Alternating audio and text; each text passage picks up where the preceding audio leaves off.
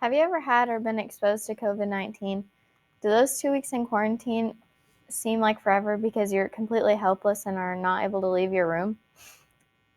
Do people pay to point, look, and laugh at you? No. This is what animals in captivity go through on a day-to-day basis. Today we'll look at the living conditions of animals, their behavior, and the loss of natural instincts. Whales are meant to explore the ocean. Tigers are meant to roam the jungle, and bears are meant to live in the mountains.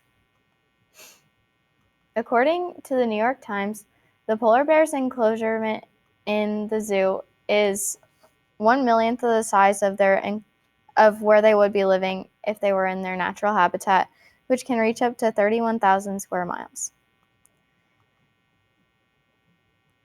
PETA described zoos as a jail for animals.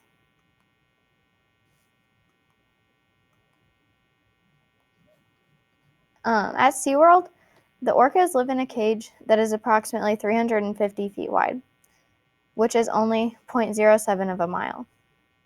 On a day-to-day basis in the wild, they swim up to 100 miles every day. You'd think that they could spare some of the parking lot space for the moneymakers of this operation.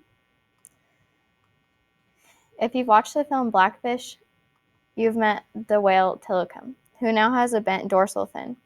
According to NMFS, this is due to lack of space and a diet of dead raw fish. It's a Sunday afternoon, and you've gone to the zoo to look at the giraffes with your family.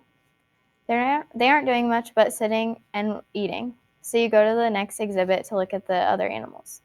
Some people do this, other people decide to provoke the animals instead. Tatiana at the San Francisco, California Zoo had been provoked. She had lived in a cage that had gone without fail for 65 years. She then escaped her enclosure and attacked and killed guests at the zoo. An expert said that knowing Tiger's behavior, this wouldn't have happened on a regular basis, but she would have had to have been provoked by something. Jabari at Dallas, Texas Zoo was shot down after trying to escape his enclosure and getting kind of far. Afterwards, a witness came forward and said that kids had been provoking him in his enclosure. Tilikum at Orlando, Florida SeaWorld has killed 3 of its trainers due to frustration because of his lack of space.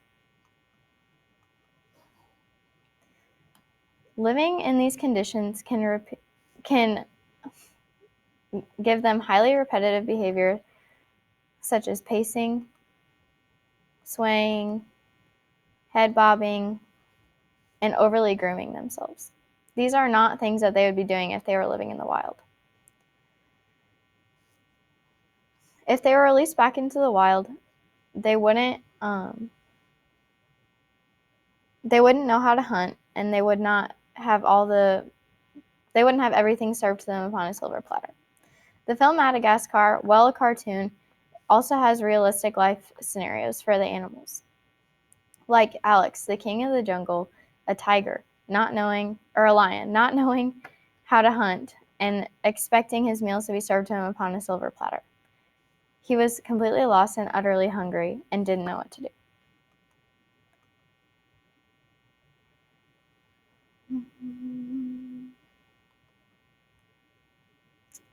National Geographic says that 33% of animals released back into the wild did not survive more than a week. Animals in the wild have the eat or be eaten mentality, and having that's not what the zoo animals come from, so then they're the ones that are eaten. A lot of carnivores that were raised in captivity starve just because they don't know how to hunt. Also, lots of animals that have been released are killed by hunters because they see people as someone they can trust, someone who feeds them, someone who takes care of them. But when you're in the wild, they typically are not. Usually those are the people who are on their African safari hunts trying to kill these animals. All in all, animals like Tatiana, Jabari, and Tillicum are meant to be living in the wild.